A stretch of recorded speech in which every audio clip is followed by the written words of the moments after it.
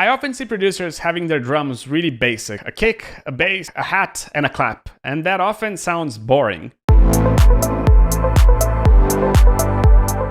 And that was something that a label once said to me, that my drums were too simple, and that's why I decided to make this video today. Today you're going to learn how to make your drums more interesting, not only how to make them fuller, but also how to make them sound better and groove better as well, and leave them sounding a little bit more like this.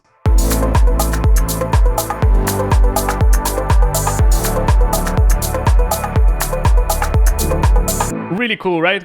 Let's go down to Ableton and let's get started with this tutorial. So we're here in Ableton, and the first step that we're going to do over here is enhance our main hat, because at the moment it sounds pretty boring.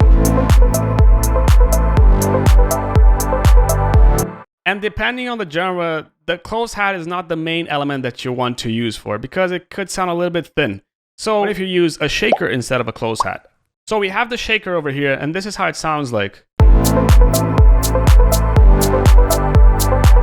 And it's already better compared to what we have, but sometimes you need something even more aggressive than this.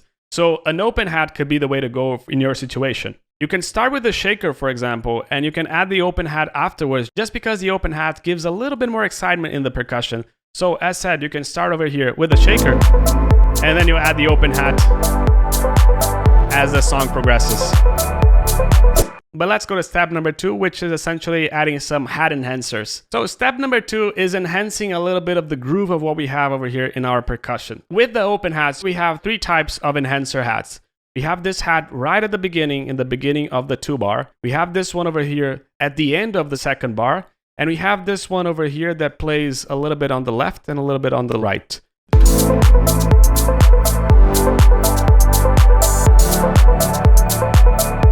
Without it,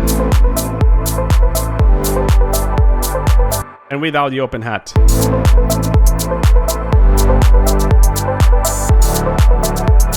You can see how much this enhances the percussions a little bit, and it gives a little bit of an extra groove to the hats. This is still missing a little bit of pace, and now let's go to step number 3, which is essentially adding 16th hats. So moving on to step number 3, and step number 3, we're going to start enhancing even more our hats, and we're going to add some 16th hats. Essentially, 16th hats, they are hats that play every 1/16th bar. So if you look, it plays over here, over here, over here, and over here, and it keeps repeating all over.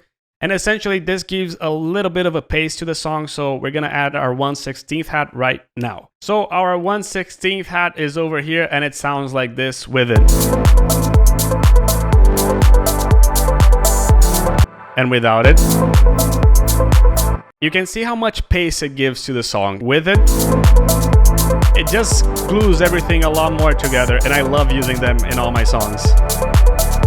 And essentially, you just have to pick a hat and play it every 1/16th note as we're doing over here. But now let's go to step number 4. So our 1/16th hat, it could be a little bit better, because at the same time that we have it, we could, make it a little bit wider to make the percussions wider. And in addition to that, we can add a little bit of sidechain to it to make the hat groove a little bit, and that will give a sense of a groove in the song as well. So what we're going to start with is over here, we're going to first change the velocity of the hat. So as you can listen, they don't play the same notes. In addition to that, we're also going to add a little bit of a sidechain to it to make it groove a little bit more. And this is how it sounds in context. But you can see how it's buried underneath the mix over here. So we have to fix this other stuff as well. So there are 2 ways that you can fix this. You can either use a Haas effect, and it goes wide. Or you can use this auto pan that basically makes it wobble left and right. And with this, you have your 16th hat, but it's not interfering with whatever you have it over there. And we're going to keep on doing this for all the elements that we're going to have as well, so they don't interfere with whatever we have over there, because we're going to go through a lot of steps. But now let's go to step number 5, which is essentially enhancing that boring clap that we have over here. Essentially, we have this clap over here, which is a pretty basic clap. But sometimes this kind of clap works better for house music than for melodic house, organic house, or even progressive house. So what if instead of using this kind of clap, we use something different like a rim, or even if we filter the hat, for example. Let's try with the rim first, and you can see the rim right now. So we have the rim over here in Ableton, and essentially this is how it sounds with the rim. a bit more organic and better than how it was before, right? Before it was too much of a house song, and this makes it a little bit more organic. We can even try some other sort of percussion, for example. We can even try a clap that it's filtered, and we can use this one for example.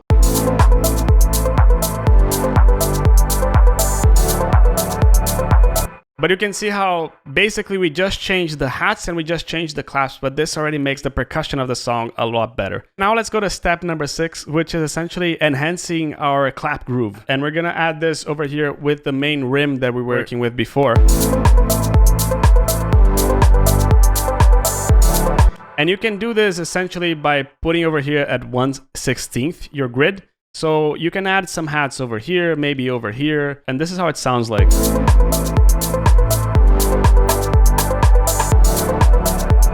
And another thing that is really nice doing is changing a little bit of the volume over here so it's not the same hit all over the time.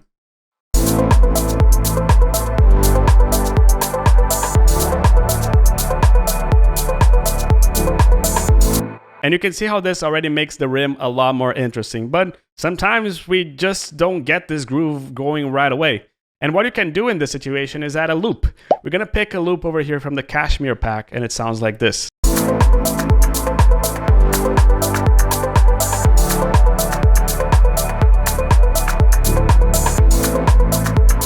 You can see how this makes our percussion a little bit more interesting. The groove is also a little bit more in there. But again, this is an element that is supposed to enhance the sounds. And we're also doing a lot of sidechain in it to make sure that it doesn't interfere with our main groove.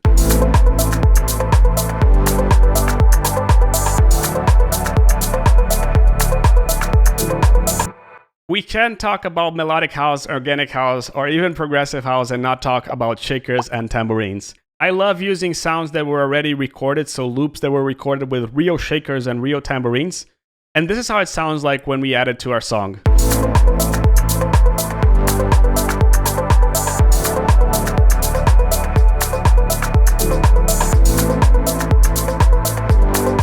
You can see that they add a little bit of some extra hits to the shaker that we already have over there. But it does make the song a lot more interesting. It makes the groove a lot richer as well. But what if you were using some tambourines?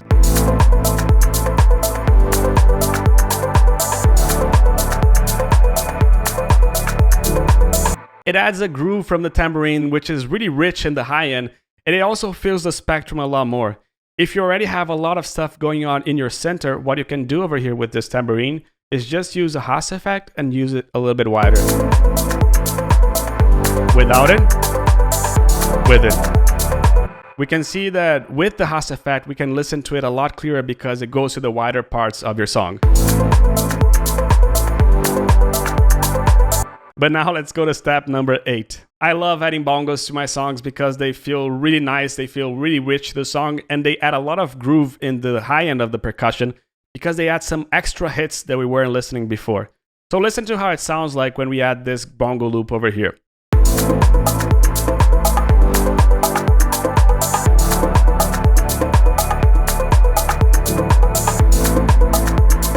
You can see that it adds some extra hits and it gives some extra swing in the sound, which is really nice to make it a lot richer as well. Maybe you don't want it full blast, but in this situation, what you can do is just add an EQ over here, take the low end from it, take the high end from it, and just get a little bit of the portion from it.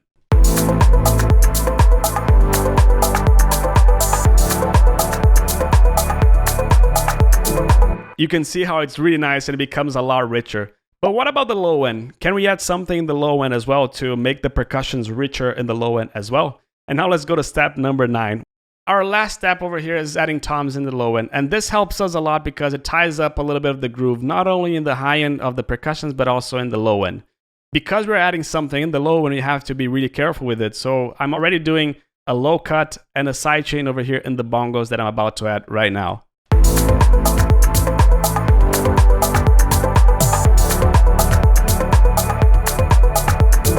The toms help all the drums tie up together from the low end to the high end, and it's really nice because it helps the groove of the song, and it also creates some groove in the percussion as well.